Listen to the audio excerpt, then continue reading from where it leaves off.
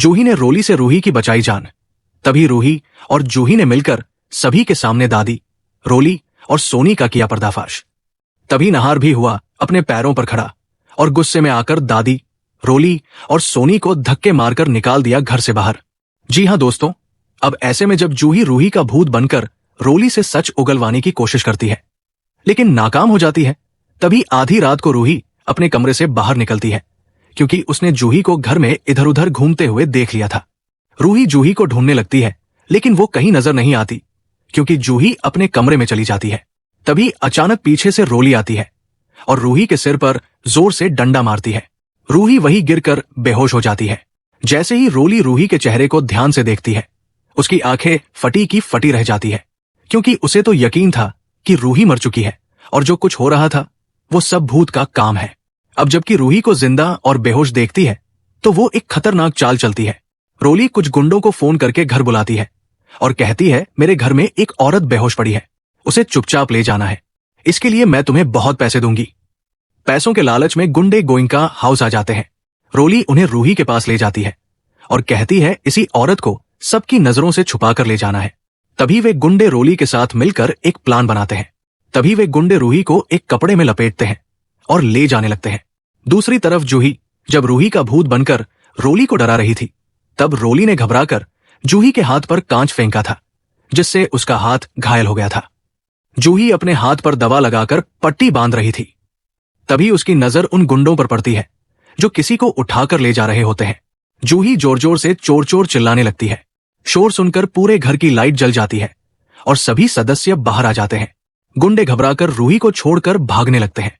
Summer उन्हें पकड़ने की कोशिश करता है लेकिन वो भाग निकलते हैं। तभी रोली डर से कांपने लगती है क्योंकि उसे डर होता है कि कहीं उसका सच सभी के सामने ना आ जाए और कहीं रूही होश में आकर उसका सच ना किसी को बता दे। तभी रूही को होश आ जाता है। ये देखकर रोली के डर में मारे पसीने छूटने लगते हैं और जब सभी लोग उसे जिंदा देखते हैं तो उनके पैरों तले जमीन खिसक जाती है। रूही को होश में आया देखकर जूही खुशी से रो पड़ती है और उसे गले लगा लेती है। पूरे घर में सन्नाटा छा जाता है क्योंकि जिस रूही को सब मरा समझ बैठे थे वो अब उनके सामने जिंदा खड़ी थी। रूही सभी की ओर देखकर कहती है, अब बहुत हो गया, अब मैं सब कुछ सबके सामने लाकर रहूंगी।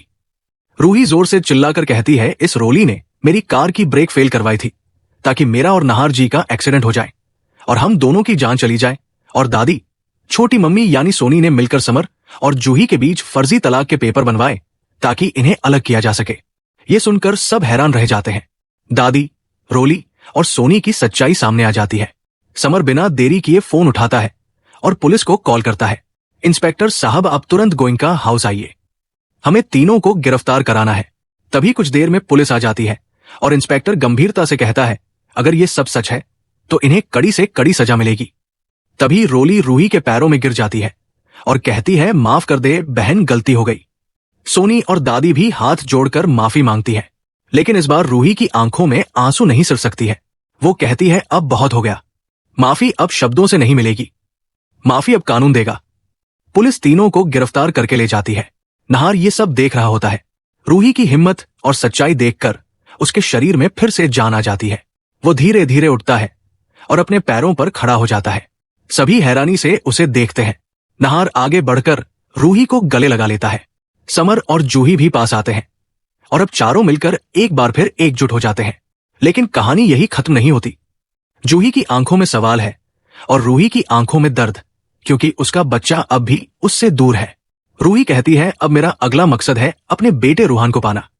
जूही उसका हाथ पकड़कर कहती है, और मैं हर कदम पर तेरे साथ हूं दीदी।